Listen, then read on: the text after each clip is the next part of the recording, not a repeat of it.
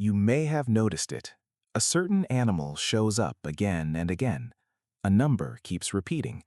Or your day gets interrupted in a strange way, like something unseen is tapping you on the shoulder. If you are sensitive, you can feel it. These moments do not feel random. They feel personal. If you have been through grief, illness, or deep stress, these signs can feel even stronger. When your heart is tired, you notice small things more. And sometimes the small things feel filled with meaning. You might wonder, is this just my mind looking for hope? Or you might wonder, is something real trying to reach me? Edgar Cayce was a man who spoke in a calm, steady voice about invisible things. He said, "We are not only bodies, we are souls. We live many lives. We carry lessons across time. And we are never truly alone, even when life feels lonely." Cayce said that the universe is not silent. It speaks. It uses symbols. It uses timing. It uses nature. It uses patterns. He described a kind of cosmic communication system around every person. Not a system of fear, not a system meant to control you, but a system meant to guide you back to your path when you drift, and to comfort you when you feel broken. The first thing to understand is this: signs are not meant to entertain you. They are meant to help you. They are not a magic trick. They are more like a gentle map, and the map shows up most when you are at a turning point. A turning point can be big, like losing someone you love. It can be heavy, like being told you are sick. It can be quiet, like realizing you cannot keep living the way you have been living. In those moments, the soul becomes louder. The world inside you is moving. And when the world inside you moves, you start to notice the world outside you in a new way. Cayce taught that spirit works with what you can understand. Spirit does not usually speak in booming voices. It speaks through what is already around you. It uses the language of symbols, and symbols are everywhere. Think of it like this.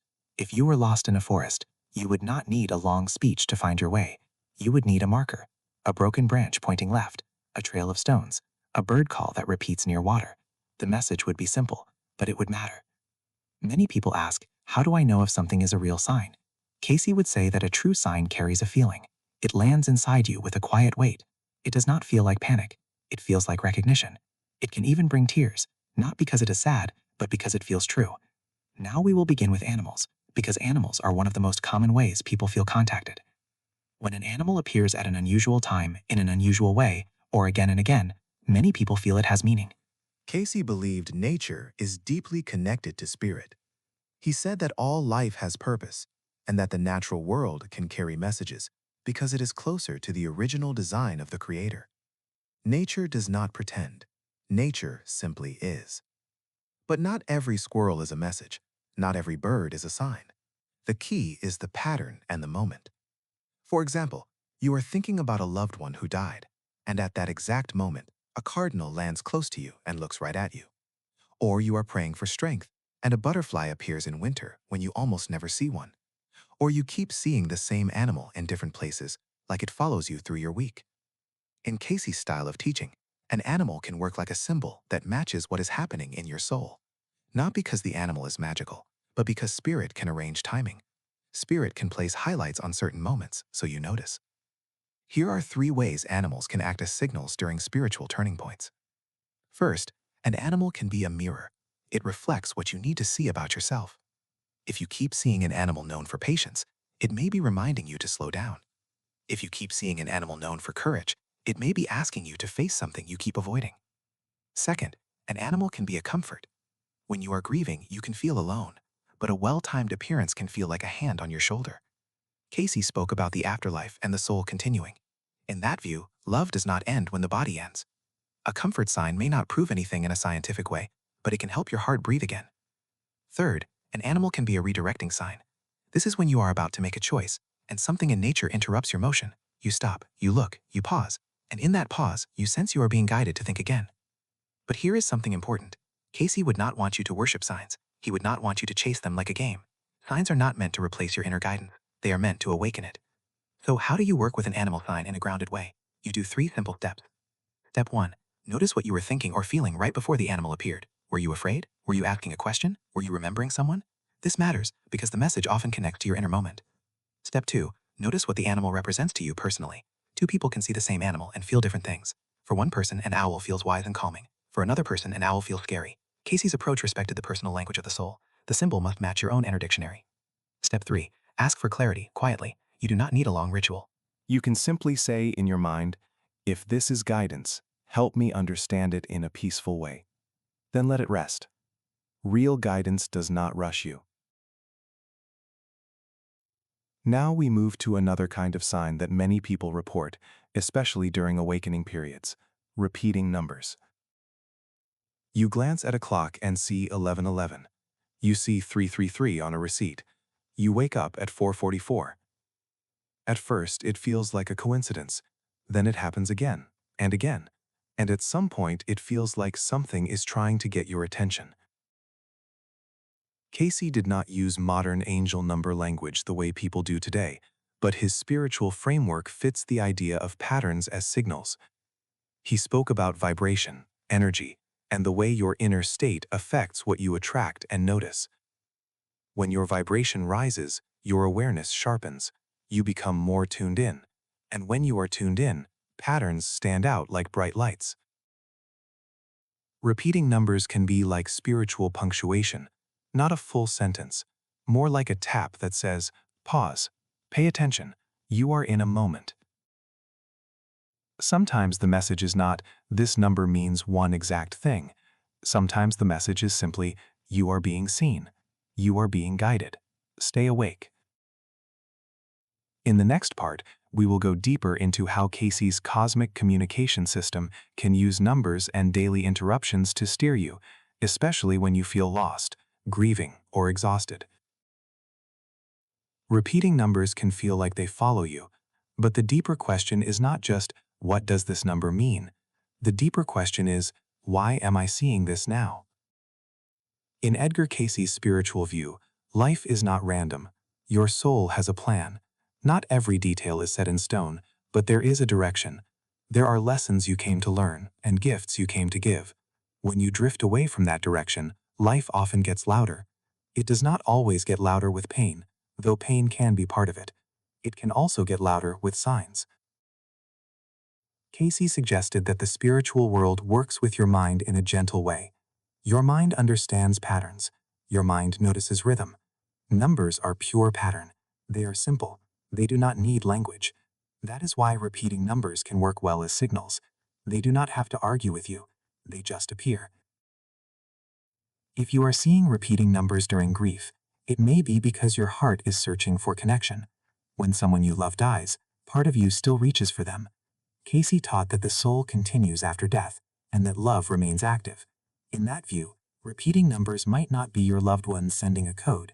Instead, it may be a sign that you are entering a thinner space, a time when you are more open, more sensitive, and more able to feel the unseen support around you.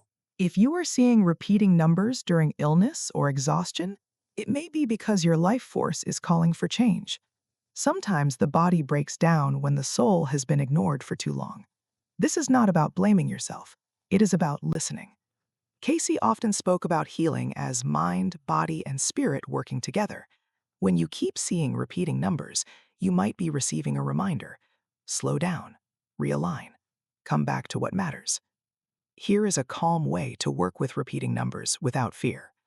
First, treat the moment like a pause button. When you see the number, stop for one breath. Ask yourself, what am I doing right now? What am I thinking? What decision am I near? You are not hunting for a magic answer. You are simply becoming aware. Second, ask for the message to be gentle. Say, if this is guidance, let it bring peace, not worry. Cayce's teachings were not about panic. True spiritual guidance does not scare you, it steadies you. Third, notice what changes in your life after the pattern begins. Do you suddenly meet someone new? Do you feel pushed to leave an unhealthy situation? Do you begin thinking about your purpose more often?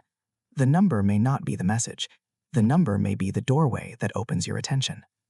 Now we turn to the third kind of sign in your plot: small interruptions in daily routine. These are some of the strangest signs because they look ordinary. A missed bus, a wrong turn, a delayed phone call, a sudden need to stop at a different store, a meeting that gets canceled. You might feel annoyed, but later you realize that the delay protected you, or the wrong turn led you to something important. In Cayce's kind of spiritual explanation, these interruptions are not punishments, they are adjustments, like a quiet hand moving a piece on a chessboard, not to control you, but to guide you away from harm or toward growth. Imagine you are walking with your eyes closed. Someone who loves you sees a hole in the ground. They do not scream to scare you. They gently turn your shoulder so you step around it. That is what an interruption can be. Sometimes the universe cannot reach you through your thoughts because your thoughts are too loud. You are rushing, you are worried, you are replaying pain. In those moments, Spirit may use your schedule instead. It may place a pause in your day so your soul can catch up to your body. Cayce spoke about destiny and free will working together. You are not a puppet. You make choices. But there are also pressure points in life, moments where the soul tries to guide you strongly. Interruptions often happen near those moments. Here are a few examples of what an interruption might be doing. 1. It might be stopping you from something you are not ready for. You think you want it, but your soul knows it would drain you, so something blocks the path. The door does not open, the timing fails, and later you see why. 2. It might be leading you to the right place at the right time. You stop for coffee, and you meet someone who says exactly what you needed to hear. You miss a turn, and you end up driving past a park that makes you remember who you used to be before life got heavy. 3. It might be testing your trust, not in a harsh way, in a strengthening way. When your life has been painful, trust becomes hard. You may feel the world is unsafe. An interruption can become practice. Practice for saying, I do not understand this yet, but I will stay calm. So how do you tell the difference between a normal mistake and a spiritual nudge? You will not always know, and you do not have to force an answer. But often, a true nudge has 2 signs. First, it repeats as a theme. Not the same event, but the same kind of event. You keep getting delayed before seeing a certain person. You keep running into obstacles around a certain plan. You keep feeling redirected toward rest, toward truth, toward healing. Second, it leaves a clear trail afterward. You look back and you see the meaning. It is like the message becomes readable in reverse. In the moment, you only feel the pause. Later, you see the protection or the guidance. Cayce's idea of a cosmic communication system is not that every detail is planned. It is that you are surrounded by intelligence and love that can work with your life. This system uses symbols you will notice: animals, numbers, timing, interruptions, dreams, and strong feelings that arrive from nowhere. But here is the hidden truth. The system is not outside you only. It is also inside you. The more you heal, the clearer you become.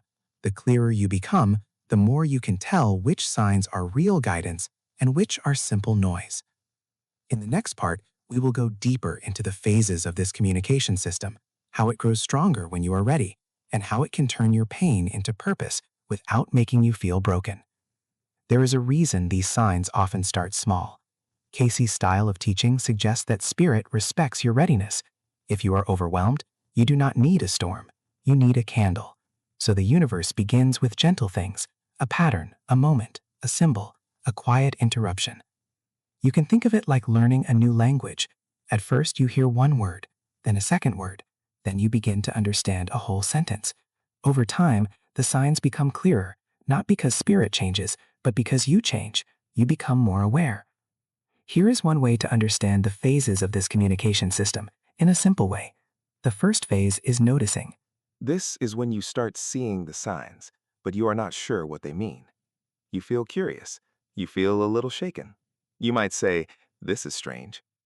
In this phase, the most important thing is not to force meaning. The goal is only to notice and stay calm. If you are grieving, this phase can feel like hope mixed with sadness. You may want the signs to prove that your loved one is still near. Cayce would remind you that love does not die, but he would also remind you to keep your feet on the ground. The purpose is not to become obsessed. The purpose is to heal. The second phase is alignment. This is when you start making small changes. You rest more. You pray or reflect more. You stop ignoring your feelings. You listen to your body. You become kinder to yourself. You begin to notice that when you choose what is honest and peaceful, the signs feel clearer. When you choose what is fearful or rushed, the signs feel confusing. In Cayce's view, your vibration matters. When your life matches your soul, you feel steadier. You do not need constant signs because you are already walking in the right direction.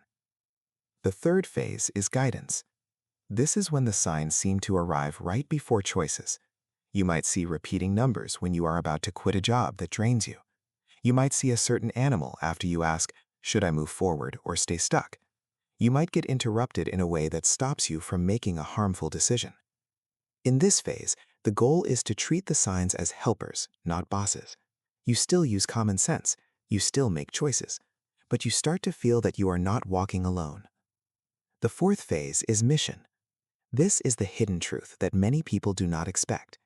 Cayce often spoke about suffering as something that can be transformed, not because suffering is good, but because the soul can use it. Your pain can become a teacher. Your grief can open your heart. Your illness can slow you down enough to hear your life purpose. This is where the signs can become more serious. Not dramatic in a loud way, but serious in a deep way. You begin to see that your weakness is not proof that you failed. It may be part of your spiritual assignment. A spiritual assignment is not a punishment. It is a calling. Maybe you were meant to learn compassion so you could help others. Maybe you were meant to step out of a false life and into a true one. Maybe you were meant to break a family pattern of silence, fear, or emotional coldness. When you are in a mission phase, signs can become like mile markers. They remind you to keep going. Now let's speak plainly about one of the hardest questions. Why would spirit use signs instead of just stopping the pain? Because growth happens in time. Healing happens in layers. And the soul is learning something that the mind cannot fully see yet. Cayce's teachings about the soul and afterlife can bring comfort here. If the soul continues, then life is not only about what happens on earth. Life is also about who you become. In that view, pain can become a doorway, not because you asked for it, but because you can walk through it and become more real. So, what are the hidden truths behind the signs you see every day? One hidden truth is that you are being trained to trust yourself again. When you have been hurt, you often stop trusting your own inner voice. You say, I do not know what is right. Signs can gently rebuild that trust. Each time you notice and respond with calm wisdom, you become stronger. Another hidden truth is that your life has more support than you think. Even if you feel alone, you may be guided by unseen help, higher forces, loving souls, spiritual laws, and the quiet intelligence of life itself. Cayce's tone was often confident about this, not arrogant, but steady, like a teacher who has seen the bigger picture. Another hidden truth is that your path can be corrected. You may feel like your life is off track and it is too late, but Cayce's style would say, it is never too late to return. Signs can be like small course corrections. You do not have to fix everything at once. You only need the next right step. Now, here is a simple practice you can do, especially if you are emotionally tired. Each day, choose one moment to be still for 60 seconds. That is all. In that minute, ask 3 questions in your mind. What did I notice today? What did it make me feel? What is one gentle step I can take? If you saw an animal, think about what it might be reflecting. If you saw repeating numbers, think about what you were thinking in that moment. If your routine was interrupted, ask if it slowed you down for a reason. Do not try to force a message. Let the message come like water rising in a glass, slowly, naturally. Also, give yourself permission to be human. You will not always read signs correctly.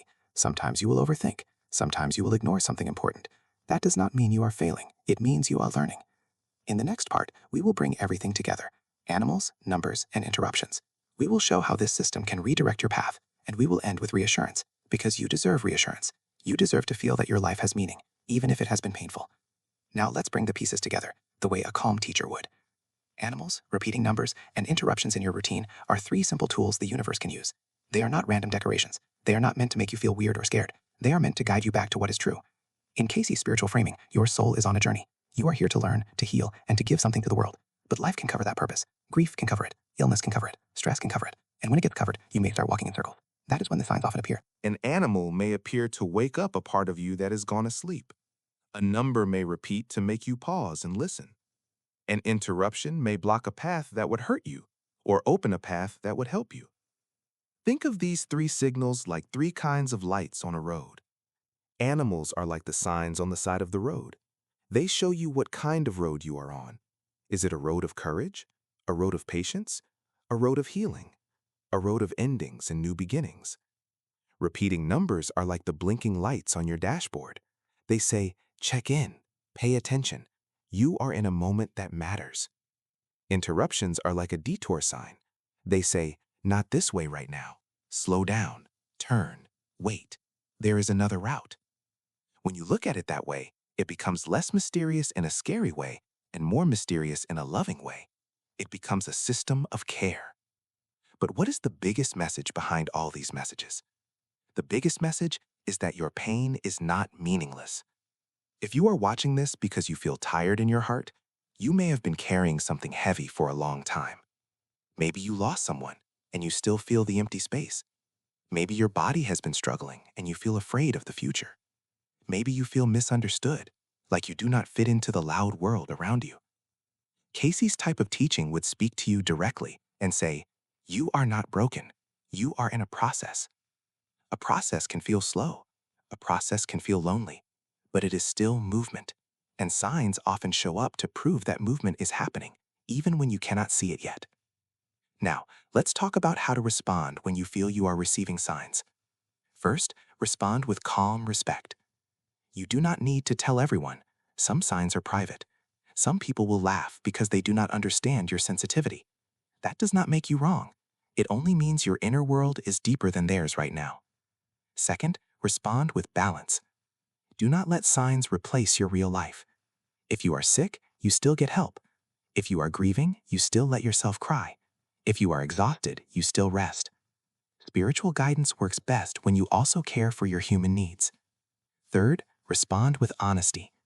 If a sign is pushing you towards something true, you will often feel both comfort and fear. Comfort because it feels right. Fear because it requires change. Cayce's view would say that fear is not proof that the path is wrong. Fear is often proof that your old self is letting go. Now, here is something many people secretly worry about. What if I miss a sign and ruin my life? You will not ruin your life by missing a sign. If the universe is truly loving and intelligent, it will not give you one tiny chance and then punish you forever. Guidance repeats. Lessons repeat. If you do not learn something the first time, life will gently offer it again, in another form. Your job is not to be perfect. Your job is to be willing. Willing to learn. Willing to heal. Willing to come back to your own soul. Now, let's offer a deeper reassurance, the kind that can settle your nervous system. If you are seeing signs, it can mean you are waking up. Waking up does not mean you will never feel pain again. It means you are becoming aware of meaning inside pain. It means you are becoming aware that you are more than your worst day. It means you are becoming aware that your life may have a mission hidden inside your struggle. This is where the Edgar Cayce framing becomes powerful. It is not just something mystical is happening. It is, there is a reason that is tied to your soul. If your loved one has passed, your love is not wasted.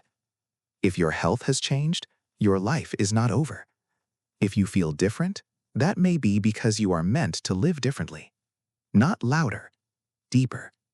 So here is a gentle call to reflection. Tonight, or the next time you are alone, think about the last 7 days. Ask yourself, what signs have I been seeing? What part of my life feels like it is changing? Where am I being asked to slow down, to heal, or to be brave? Then choose one small action that matches your answer. Maybe it is making a phone call you have been avoiding. Maybe it is forgiving yourself for how tired you are. Maybe it is taking a walk and letting nature hold your mind for a while. Maybe it is writing down a dream. Maybe it is asking your soul, quietly, what do you want me to know? And if you want to go even deeper, you can share in the comments what signs you have been seeing, which animals, which numbers, and what interruptions have been happening. Not for debate, not for drama, but so others who feel different can feel less alone. Because one of the most healing truths is this: you are not the only one.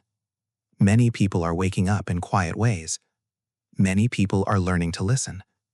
Many people are turning their pain into a path. And if you are one of them, then the signs you see every day may be doing one simple thing. They may be guiding you home to yourself.